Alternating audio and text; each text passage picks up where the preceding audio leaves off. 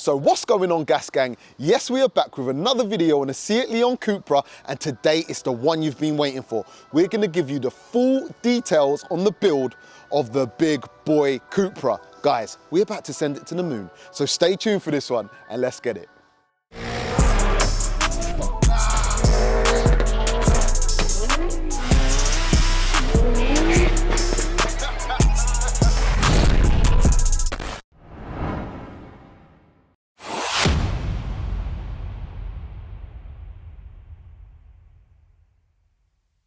When I do performance tests or host the OG battles, I want to know that the data is accurate. The Performance Box Touch provides this security, giving me the versatility to record what I want and know the data it's logging is right. It only takes a few seconds to install and configure the Performance Box. With a few taps on the screen, you can record between any speed and distance with popular tests like 0 to 60s, 0 to 100 and quarter-mile runs already predefined. Here it is in the screen of an outrageous 850 brake horsepower Audi RS3 performing a 0 to 60 test in one of my recent battles.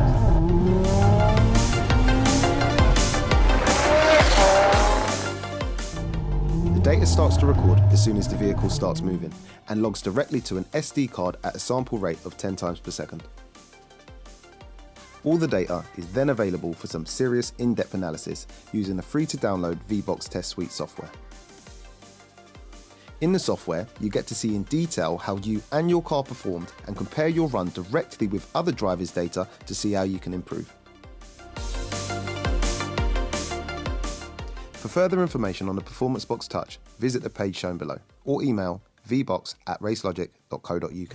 Yes guys, as the intro said, today we are down at Devil Developments. In fact, we are still at Devil Developments because this video is being made just after the video you would have seen where we sent the car to a stage 2 and it made 402.5 brake horsepower. But what I didn't want to do is muddy the waters by giving you kind of a big breakdown on the build we're gonna send this car to the moon with on top of that video. So I thought I'd just make a little in-depth video to show everyone who's interested into exactly what we're gonna be doing to this car and to the engine. Because guys, we're not messing around and it's a little bit of a first what we're about to do to it. So just a little breakdown, and for anyone who's forgotten, we have just went stage 2 on this car. We've went a full stage 2 with loads of forge goodies. We've got a full Miltech exhaust. We've got a track slag downpipe. Guys, we've got big brake kit on it and everything. And it's actually quite funny because if you stand back and look at this car, it just looks bone stock. But if you look a little bit closer, the brakes barely, actually I was gonna say they barely fit behind it, but they, you know what I mean, they're big, 356 mil.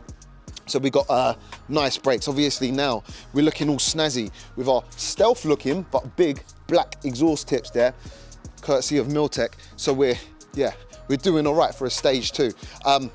What's crazy is I haven't even driven this car yet, and it's kind of crazy, but I'd have probably dropped this video maybe a week or so after you've seen the actual stage 2 video. But what I'm not gonna do is waffle too long. I'm gonna go and speak to Ben, who's gonna give us the full breakdown. I'm gonna show you a lot of cool stuff, and yeah, I think you're going to enjoy this one. So get ready for some information, and let's do it. Right, so Ben, in the intro, I told him that finally we're going to give him a breakdown. There's been so many people messaging me, so many people in comments asking what we're going to do. I think a lot of people thought we were actually going to do a 5-cylinder engine swap, Dazzler engine, but it's major money. And you know, when I said we had another engine for this car, but I didn't state that the engine that we have is actually another EA 888.3 engine, people's kind of imaginations ran wild. Now, I don't want anyone to be upset because what we are doing is still gonna be absolutely crazy. Yeah, it's good, it's good. I thought there's no better person than you to tell us exactly what's going on, especially as you are going to be carrying out the work. Well, we didn't want to do a hybrid because it's boring. Yep. Everyone's done it. Yep. It works. Yep. That's why people do it, because it's good. Yep. So we've gone full frame. Look at So we've got a full frame Garrett. This is a Littco product. Yep.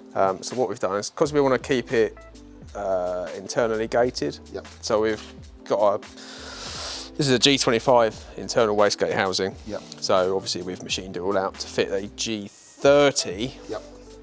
core into it. So it's a full frame turbo now, basically, internal gate. So G30 660 this side, G25 board to a G30 exhaust housing. Yes, is that right? but you've got a larger AR. I think it is, yes, it's a 0.9 AR. So this is a larger internal wastegate housing. And do you know what's crazy, right? So for the people at home, this is actually, so this is our other engine. This is the one that we are going to be It's going to look nicer when it's done. Of course, of course. But yeah. But look at this, for just like, look at the turbo on the side of this this engine. In fact, let me come around to the cold side, because then you get a true picture of the size of this turbo.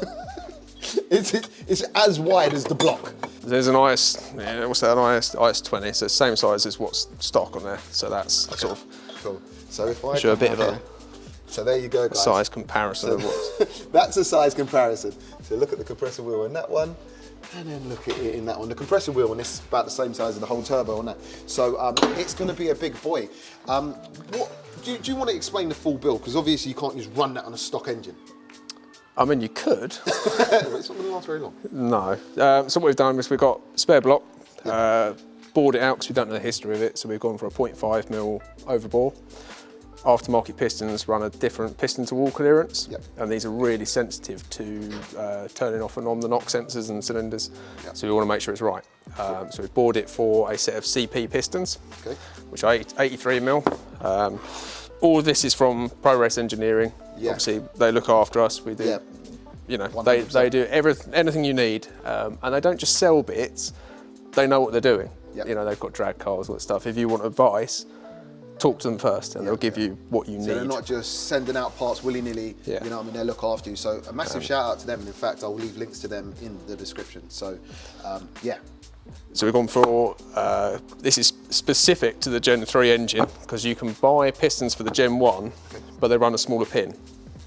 So this is a Pro Race rod, which is an I-beam, drilled as well. So it's got oil supply to the small end, which a lot of the aftermarket stuff doesn't. It's quite important. Yes, it's a really nice product. And we've also gone for a set of Supertech valve springs, because we're going to be running quite a lot of boost, and we're going to get the head flowed as well.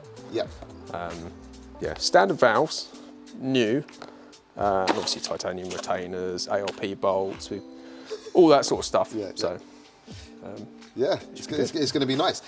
So, I mean, when it comes to power, people probably want to know how much power we're going to be able to put through this. Now, I'm throwing a number at you, and you think it could be possible, but we're not 100%, so I don't want to big it up too much.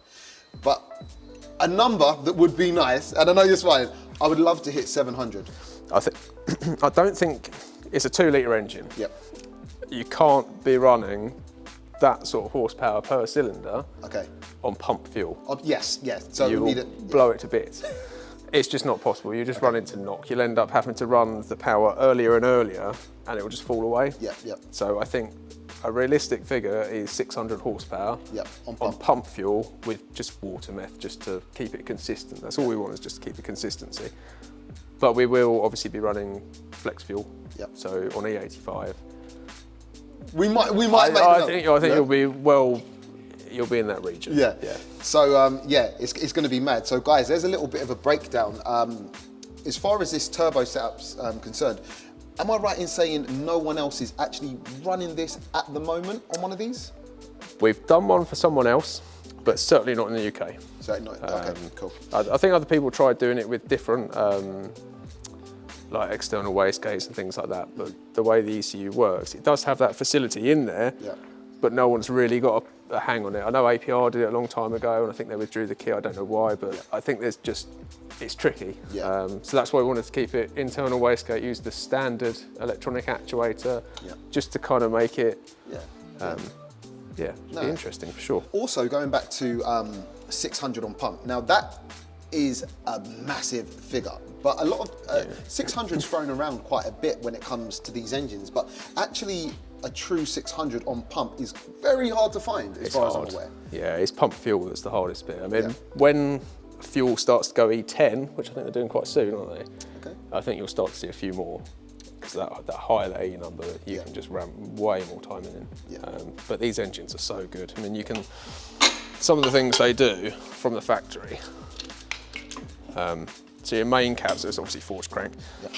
The middle 3 main caps on these are actually bolted through the sides as well, through the side of the block. Yep, yep, yep. So you end up with a 4-bolt main cap, Yep. which is big block Chevys, all that sort of yeah, stuff. Yeah. But then you also get your cradle at the bottom here, Yep. which bolts the whole way around, and then it also bolts your main caps as well.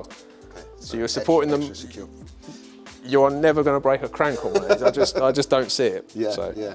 yeah, the gearbox is Yeah. a bit of an unknown. Isn't Yeah, it? I mean, and that is something we're debating. But you know, there could be something that begins with an S and ends with a Quenchel going on there, but we're not sure. We're not DSG sure. conversion. Isn't it? Yeah, DSG. Yeah. So yeah, I mean, this is it at the beginning. Obviously, it's very early stages. What we will be doing is building this up slowly but surely, and I will keep touching back in with Ben to give us updates of how the build's going, and then it will actually come to a point where, you know, the engine is pretty much ready to be dropped in.